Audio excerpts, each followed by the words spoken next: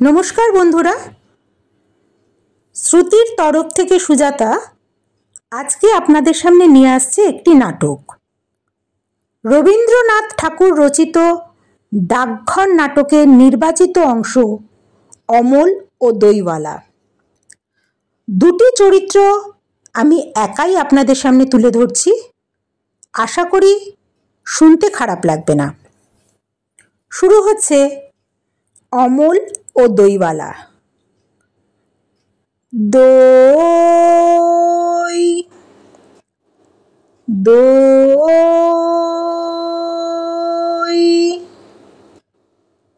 ভালো দই।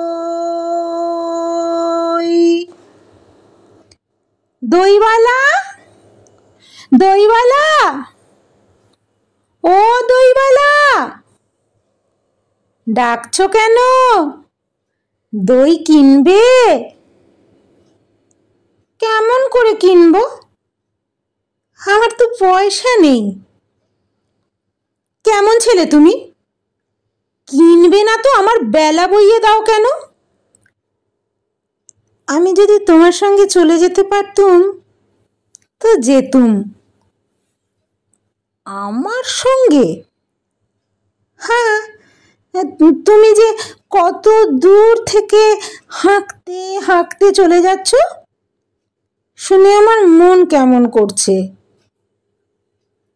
বাবা, তুমি এখানে বসে কি করছো? কবিরাজ আমাকে বেরোতে বারণ করেছে, তাই আমি সারা দিন এইখানেই বসে থাকি।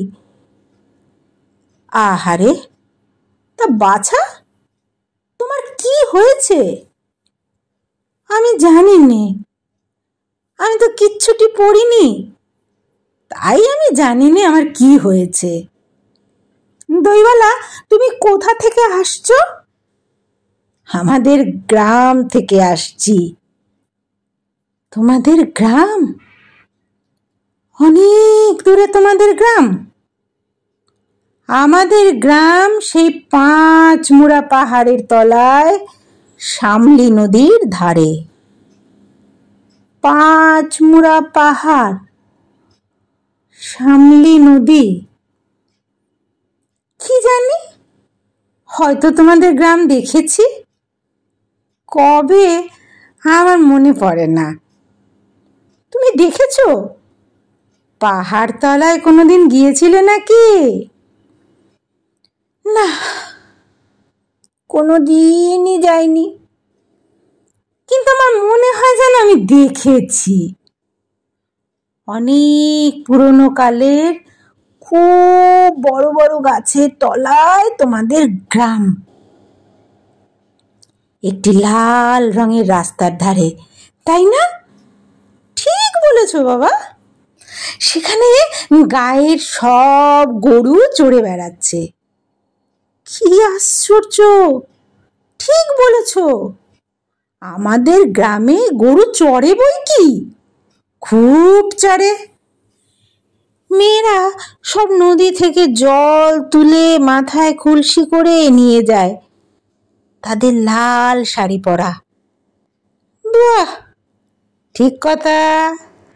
আমাদের সব গয়লাপাড়ার মেয়েরা নদী থেকে জল তুলে নিয়ে যায় তো, তবে তারা সবাই যে লাল শাড়ি পরে তা নয়। কিন্তু বাবা, তুমি নিশ্চয়ই কোনোদিন সেখানে বেড়াতে গিয়েছিলে। সত্যি বলছি দইওয়ালা, আমি একদিনও যাইনি গো। কবিরা যেদিন আমাকে বাইরে যেতে বলবে সেদিন তুমি নিয়ে যাবে আমাকে তোমাদের গ্রামে। যাবো বই কি বাবা, খুব নিয়ে যাব।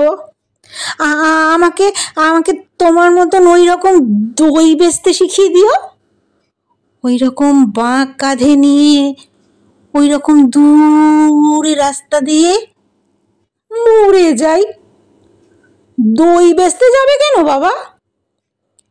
এত এত পুঁথি পড়ে তুমি পণ্ডিত হয়ে উঠবে। না না, কখনো না, আমি কখনো পণ্ডিত হব না। আমি তোমাদের রাঙা রাস্তার ধারে তোমাদের বুড়ো বটের তলায় গোয়ালপাড়া থেকে দই নিয়ে এসে দূরে দূরে গ্রামে গ্রামে বেচে বেচে বেড়াবো। কিরকম করে তুমি বলো? দই দই,